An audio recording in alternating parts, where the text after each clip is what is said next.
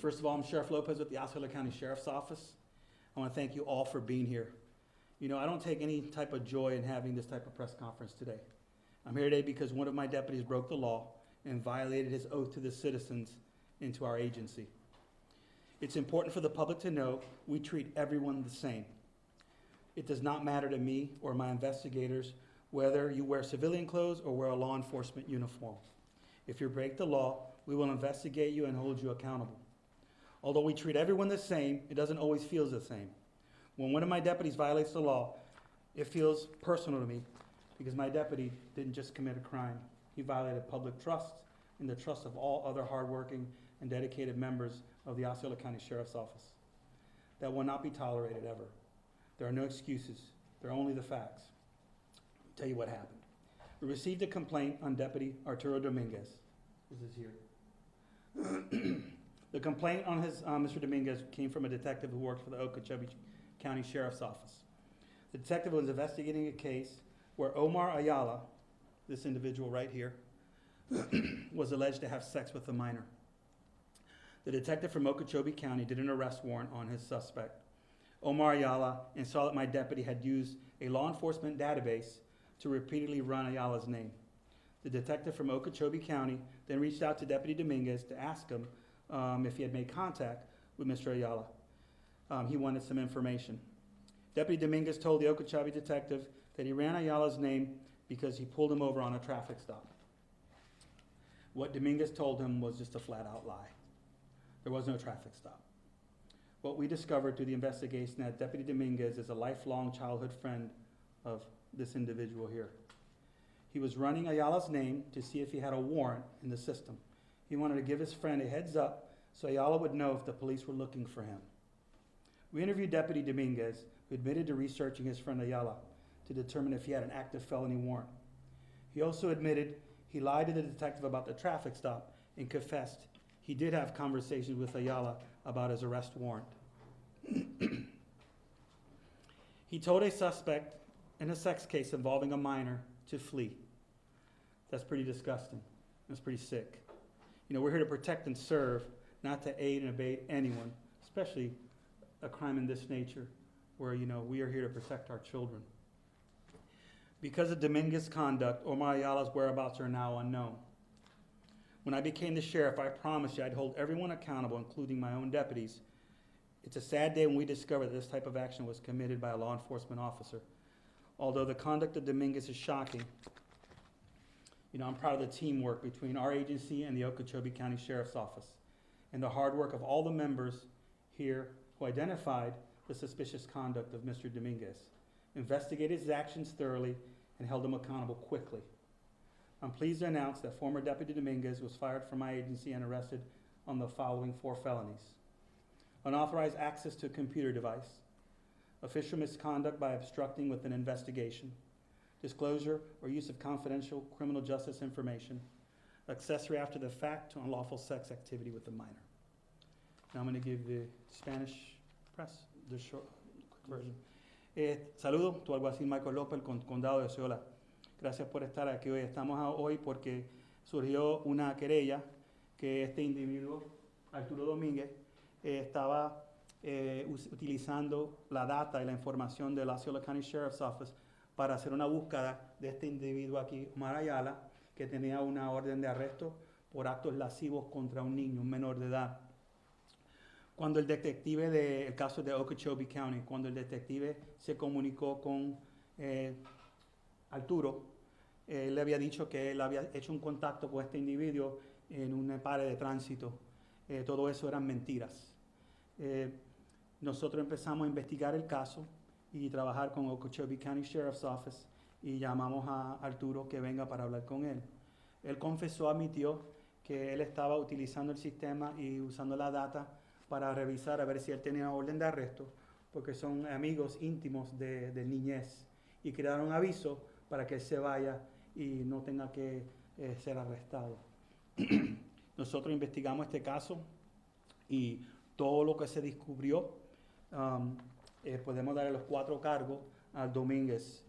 Los cargos van a ser los siguientes: sin autorización, utilizar el sistema del Osceola County Sheriff's Office la computadora para revisar un individuo que ha cometido un delito, mala conducta porque estaba impidiendo con una investigación, el individuo se fue, y utilizando información confidencial del CJSTC, que eso también es ilegal, y accesorio después porque como este individuo cometió un delito contra un menor, él lo ayudó a herirse, él más o menos es culpable como igual.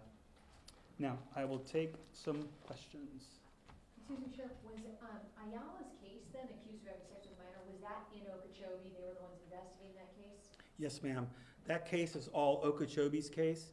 We have limited information on that, you know, and they're very open. They're aware we're doing a press conference, so you guys want to reach out to them and talk to them. They'll give you details of that. But that's one of the reasons why we're here today, because the detective was investigating this incident, and then our deputy unlawfully got involved, and this is why we're here today. When did the investigation start initially into Dominguez? The Dominguez was around second week of, I think, May. Yeah. And as soon as we found out that he was doing I don't have the exact dates, I can get that for you.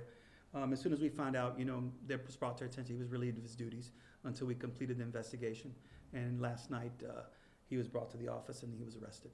Were you guys assisting Okeechobee in finding Ayala? Right now, we're whatever resources they need to help effect his arrest. We have no reason to believe he's here. The other thing is also, since the guy is absconded and they believe he's out of state, but it's not 100%, it's been turned over to the marshals because of the felonies crime behind. So the marshals are now going to adapt their case and help look for him also. Any indication that Dominguez has done anything like this before? Official misconduct? No. We've looked into that, and we're continuing looking at that because it's an open investigation. You know, he's only been here a couple years. He's a young kid. We sponsored him to the academy. He had no history. He had no disciplinary history with us. So we had no indicators. He had a pretty clean background. How old is he? He was born in 95? No. 31. Oh, he's 31. Sorry. He's young to me. So, between this arrest and then that other deputy who was recently formally charged by the state attorney, are you concerned at all? Perception? Yeah, we're concerned. Remember, though, you know, they're two unique different cases. But both cases were investigated by the Osceola County Sheriff's Office. In both cases, we found deputies guilty and were charged. So we're doing our job. You know, when we discover any type of inappropriate conduct from any law enforcement officer, especially here, you know, we're going to take the actions to make sure that they're prosecuted, arrested, put a good case together for prosecution, and send it to the state. Like, as you all know, the Wawa case was finally, after about a year, they took the charge and formally charged him. We actually sent that charge forward. And now in this case, it was there in the completion of our investigation. Based on what we have, he's also been arrested. You know, we have almost 1,000 employees. If I had a one-all solve-all on how to really read your mind or be able to really read a red flag, thinking it would lead to any type of misconduct, and I would be a millionaire, and I would be using it every day, and I would spread that to every single law enforcement agency in America. But we use what the FBI uses, the Marshal uses. We use a very extensive type of background check. I mean, the packets are sometimes this big, you know, and we only have the data that we can collect that's ever been put into a computer, or the data we can collect from your neighbors, or any type of data wherever you have been employed. So we're really limited just as well as anybody else. Remember, the human mind is very vast. So there's some things that you might keep in your mind that you might not want to share with people, and there's no way for us to discover these things. But when it is brought to light, we take action. Like I said, I don't have an issue with arresting law enforcement officers. Do I like it? No. I don't like arresting anybody. I wish everybody was law-abiding. But, you know, once we get to this point in our lives, we have to take the action to make sure we keep public trust at 100%. Sheriff, that was my next question. What do you say to the public in a case like this to regain your trust or to keep your trust? Well, you know, I'll let them know that we were looking into Arturo. This seems to be an isolated incident. It's kind of a unique incident. His intentions were to protect a childhood friend. They grew up together. Is that an excuse? No. Because look at the type of crime that he's being accused of. You know, and you're, as a law enforcement officer, you're supposed to keep children and people, everybody safe. So my message to the public is that today you see what we've done and you see our history here as I've become sheriff, that we hold all our law enforcement officers, all our employees accountable. We partner with any agency to help them and assist them to make sure that if we discover that a deputy has committed a crime, they get held to 100%, and if they gotta go to jail, hey, we send it to the state, we arrest them ourselves, and then now the state will take over and do the rest. Sheriff, will you be releasing the footage of him being arrested? Last night, it was a late arrest. I wasn't available. I don't know if they got any footage of that. I can ask. You know, we do perp walks and stuff like that. But last night, we just got a lot of things going on lately. And it just, when he came in, it was just late. I already had left because I had another engagement. And how long has he been on force? About 2 years. Una pregunta en español. De las que te hicieron las más importantes. Básicamente lo que queremos dejar es saber al público que desde que yo tomé oficina, nosotros siempre vamos a asegurar que el público pueda confiar en nosotros, y si hay un oficial que se está comportando de una manera que no debe de ser, de acuerdo a la ley, lo vamos a arrestar, investigar y arrestar, y que asegurar que nunca jamás trabaje como un oficial en el estado de la Florida o en ningún lado. Like I was telling him, you know, we're going to make sure that we ever discover this, that we're going to make sure that this type of behavior is not accepted, not tolerated, and that you will never work as a law enforcement officer in any capacity anywhere in America. What unit was he in? Patrol. Anything else? No? Okay, well, thank you very much, everyone. Thank you. Thank you.